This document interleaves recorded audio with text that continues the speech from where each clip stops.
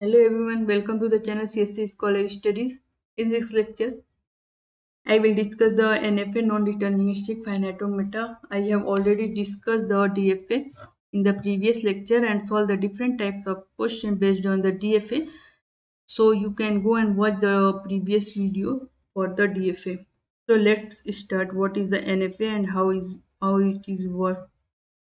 So in NFA, from the given number of states on the given input alpha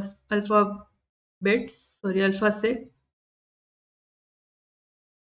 there may be exist zero number of transition or one transition or more than one transition may exist, means there is no restriction for the transition,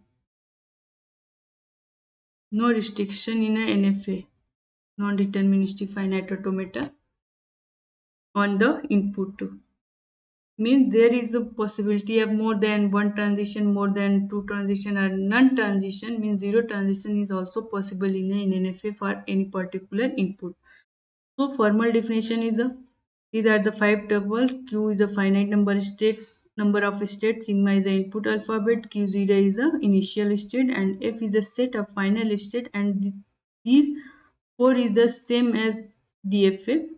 Main difference is a transition function in NFA, and this function says that Q into sigma tends to 2 to the power Q, or also say that PQ. This is the main difference of the NFA and DFA.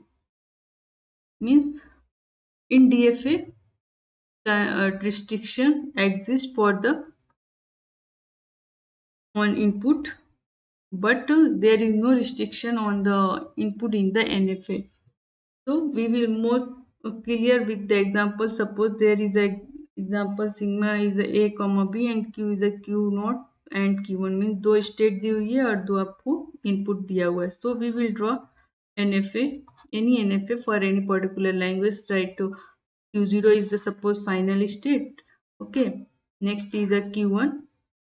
This is the final state.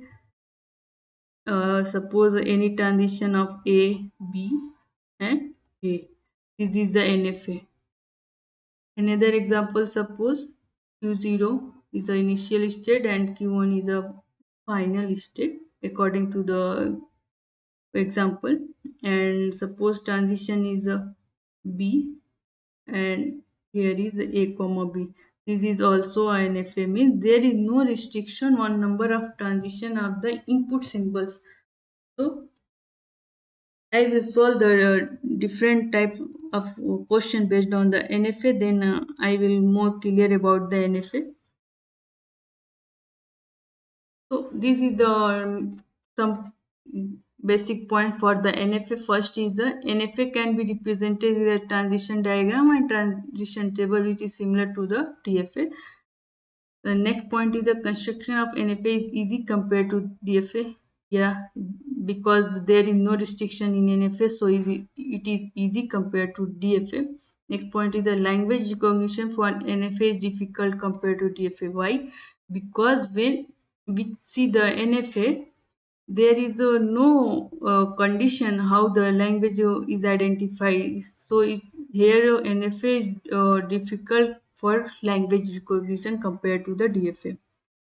Next point is a minimization algorithm not applicable for NFA, and also complementation is not applicable for NFA because not number of state and transition is fixed in the NFA. Next point is the in NFA for valid string also machine may halt in a non-final state. It means the string is also stable at the non-final state. And next is the in NFA for valid string, even though multiple non-final states are halting possibility in the NFA. And next is all DFA or NFA, but not all NFA should need to be DFA. So these are the some important point for the NFA and DFA. You should remember at the time of examination.